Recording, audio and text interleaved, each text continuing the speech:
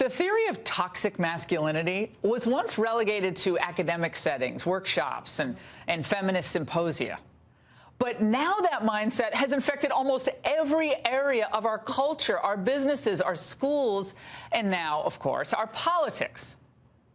Well, dismissing and even demonizing the contributions of men throughout our history has become oh so inspiring. Or at least Elizabeth Warren thinks so.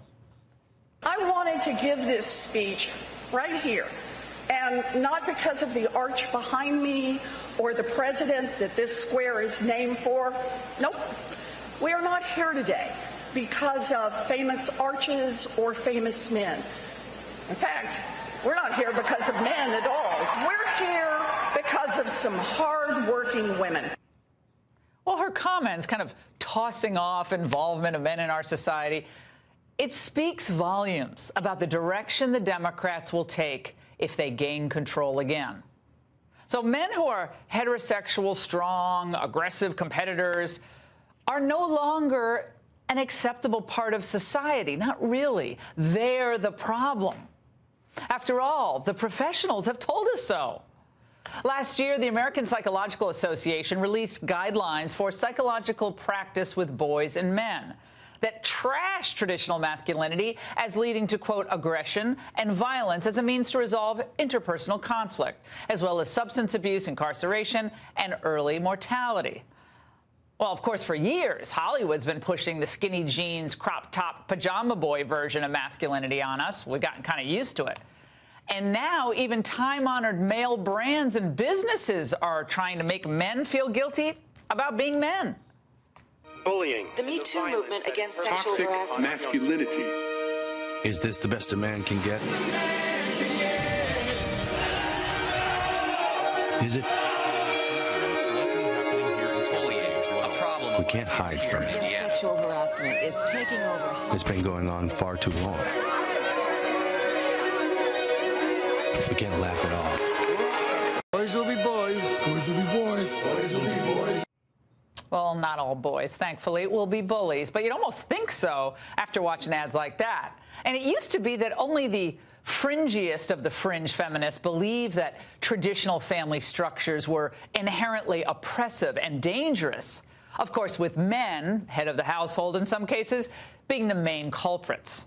But now the entire Democratic Party is captive to this anti-male outlook.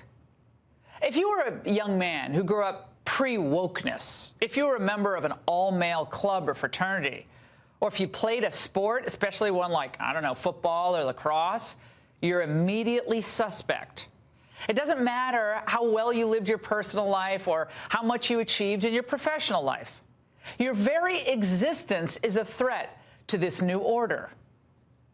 Now, we all just saw what the left did again, or tried to Supreme Court Justice Brett Kavanaugh.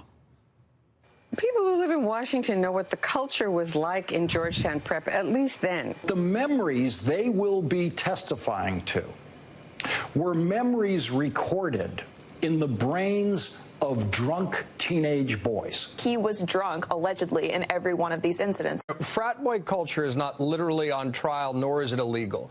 And yes, there may be questions of candor. I disagree. I think frat boy culture is on trial here.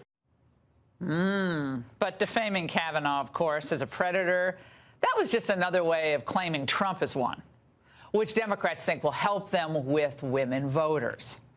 They think they can ride the Me Too wave right into the White House. But they have to think women are very, very stupid. If you're a male Democrat politician, you're forced to defer to the gender warriors and apologize for your sex. I think we would look for somebody who is maybe not of the same gender that I am, and maybe somebody who might be a couple of years younger than me. I will have a woman running mate. To me, it's really clear that we do that. It would be very difficult not to select a woman with so many extraordinary women who are running right now. Okay, well, maybe a woman would be the best person to pick on the basis of merit. But since when did sexual organs alone become a qualification for high office? Stunning. Which led me to wonder, Can Princess Spitting Bull or Kamala Harris pick a male running mate? Or will that make them part of the patriarchy as well? Huh. MSNBC's Joy Reid took the anti-male narrative a step further, adding racial and religious elements to it. And when you have a very determined minority, in this case, wealthy white men and wealthy white Christian men and Christian Americans who are of the fundamentalist variety, who are very clear that no matter what happens, if they have to pull the South Africa model to maintain power forever, they will do it. And they're not afraid of it, and they're increasingly open about it. And Donald Trump is merely the avatar for this. They're increasingly open about it. I must have missed all of that. And by the way, I have to say this. When they attack our founders or kind of dismiss them, this is where they're going.